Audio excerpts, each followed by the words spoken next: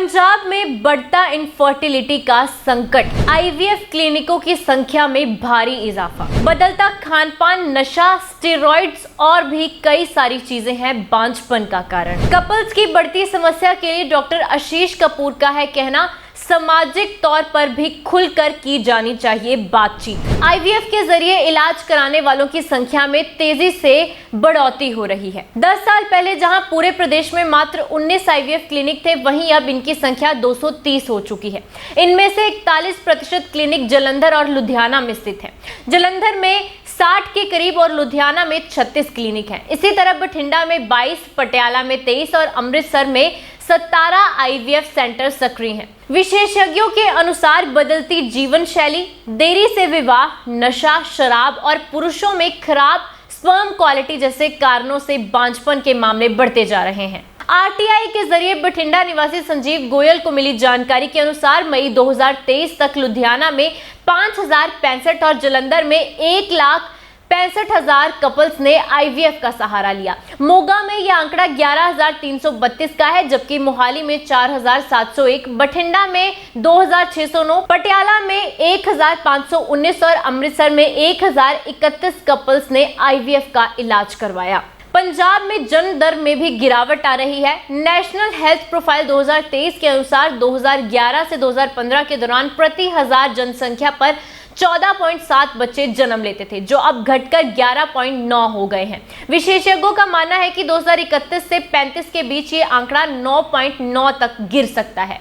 Total fertility rate में भी कमी देखी जा रही है। 2011 से 15 में पंजाब का टीआरएफ 1.70 था, जो अब 2031 से 2035 तक 1.5 तक पहुंचने की संभावना में है।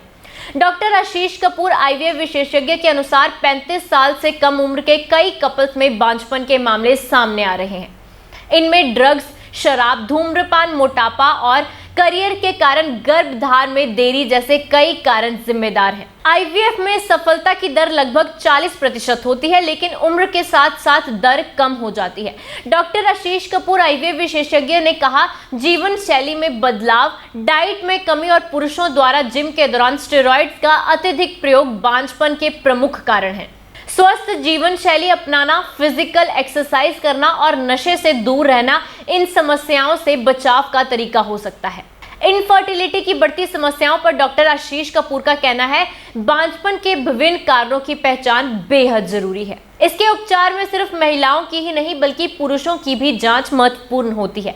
हमारे समाज में इस विषय पर अधिक जागरूकता लाने की आवश्यकता है, ताकि युवा जोड़े समय पर सही निर्णय ले सकें। डॉक्टर आशीष कपूर के अनुसार बांझपन के मामलों में न केवल व्यक्तिगत बल्कि सामाजिक स्तर पर भी खुलकर चर्चा होनी चाहिए, ताकि भविष्य में परिवार और समाज पर इसके प्रभाव को कम किया जा सके। सर, आईवीएफ ट्रीटमेंट हम देखते हैं कि आजकल क्योंकि इनफर्टिलिटी जैसे बढ़ती जा रही है, मोस्ट कॉमन जो प्रॉब्लम लोगों में देखी जाती है, क्या कारण है, सबसे ज्यादा क्यों बढ़ रही है?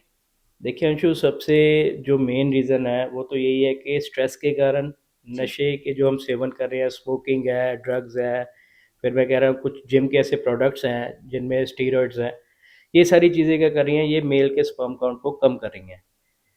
मेल के जब स्पर्म काउंट कम हो जाएंगे, जो उनकी क्वांटिटी है या काउंट है या एक्टिविटी है, जब वो कम हो जाएगी तो मेल जो है वो बहुत एक बड़ा फैक्टर बन जाता है मेल फर्टिलिटी का जी।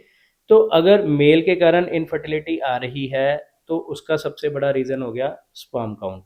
सिमिलरली अगर मैं फीमेल्स की बात करूं, फीमेल्स में बहुत कॉमन प्रॉब्लम आज की डेट में देखने को मिल रही है, जिसको हम पीसीओएस कह रहे हैं। पीसीओएस भी बेसिकली एक हार्मोनल इम्बैलेंस है, जिसके कारण क्या हो रहा है कि जो फीमेल्स हैं उनके मेंसेस प्रॉपर तरीके से नहीं आ रहे। जब मेंसेस प्रॉपर नहीं आएंगे तो उनके एग्स जो है वो अच्छे से नहीं बनेंगे, और इसी रीज़न के कारण, पीसीओएस के कारण जो है फीमेल्स फिर कंसीव करवाने के काबिल नहीं रहती या कंसीव करने के काबिल नहीं रहती। तो पीसीओएस भी एक बहुत बड़ा रीज़न जो है फीमेल की इनफर्टिलिटी का बन रहा है।